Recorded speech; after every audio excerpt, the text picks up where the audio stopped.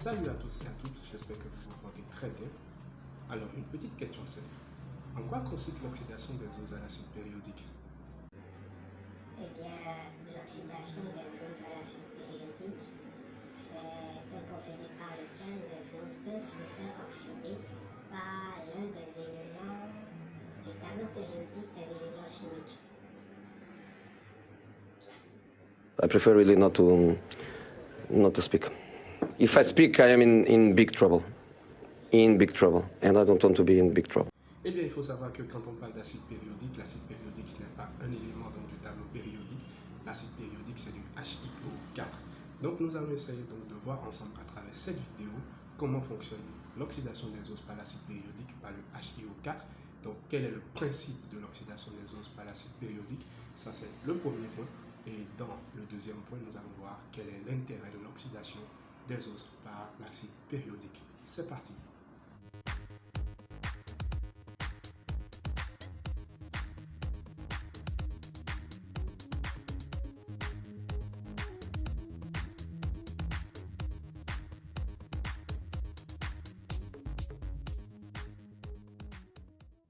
Dans un premier temps, nous allons essayer de voir en fait comment fonctionne l'acide périodique sur les os. Donc, quel est le principe d'action de l'acide périodique?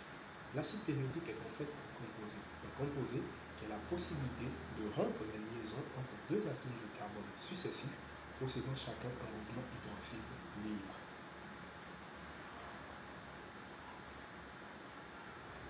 L'acide périodique a également la possibilité de rompre la liaison en deux carbones successifs si l'un porte la fonction semi-acétalite, ici la fonction CHO, une fonction aldéhyde, et l'autre portant la fonction alcool, une fonction un groupement hydroxyle.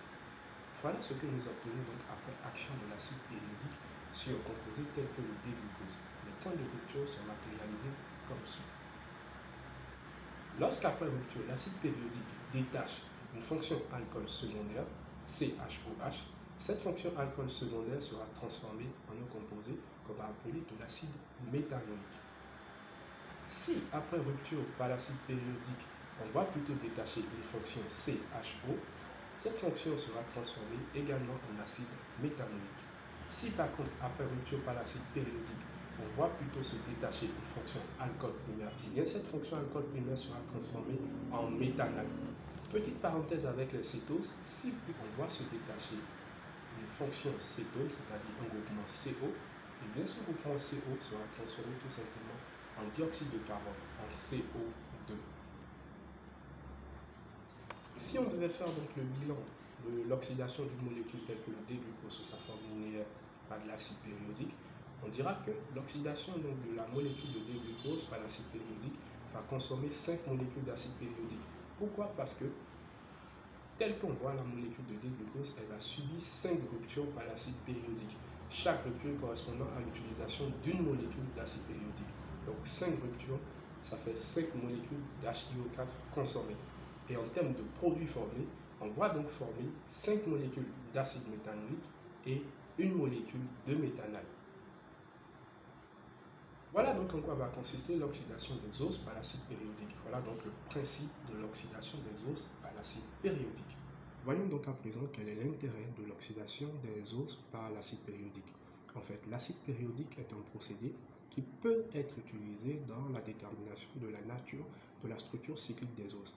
En effet, comme vous le savez, les os dans les osides, pour pouvoir les écrire, peuvent aborder deux types de cycles différents. Vous avez les cycles pyraniques et les cycles furaniques. Alors, comment l'acide périodique peut aider en fait à cette détermination-là, à connaître la nature de la structure cyclique de l'os? Voyons cela.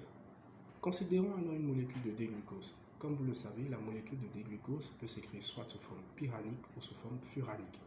Alors, supposons que nous avons décidé de bloquer la fonction hydroxyle portée par le carbone anomérique dans une liaison osidique, comme c'est le cas dans les osides. Supposons que nous avons décidé maintenant de faire réagir chacune de ces deux molécules avec l'acide périodique, conformément donc à ce que nous avons vu précédemment. Ainsi donc, quand on va prendre la molécule de D-glucopyranose, elle va subir l'oxydation par l'acide périodique entre le carbone 2 et le carbone 3 et entre le carbone 3 et le carbone 4.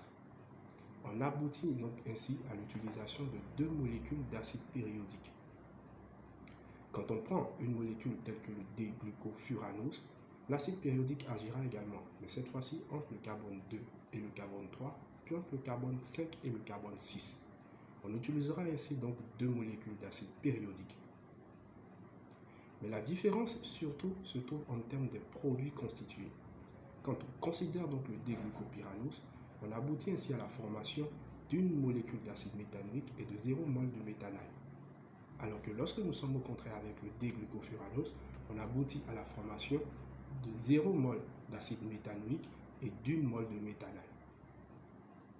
Alors comment devons-nous interpréter cela ou que doit-on comprendre par cela?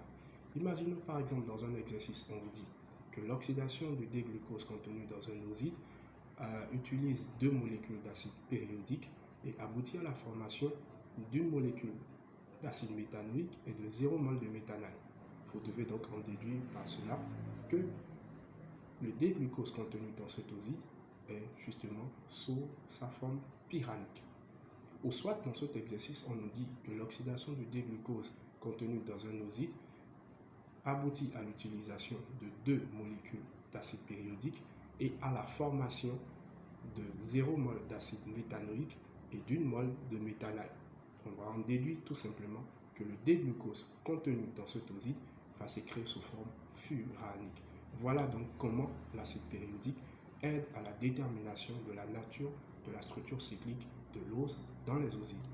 Dernier élément que je souhaiterais partager avec vous en ce qui concerne l'oxydation des composés par l'acide périodique, c'est que lorsque les oses subissent l'action de l'acide périodique, et bien après rupture, les extrémités des points de rupture, qui seront en ce moment des fonctions alcool secondaires, se verront oxydées par l'acide périodique en groupement formyle, comme le montre la figure suivante. Voici donc, chers étudiants, nous sommes à la fin de cette vidéo explicative. J'espère que vous avez pu saisir un peu plus clairement le concept de l'oxydation des oses ou des osides à l'acide périodique. Sur ce, je vous dis à très bientôt pour une prochaine vidéo.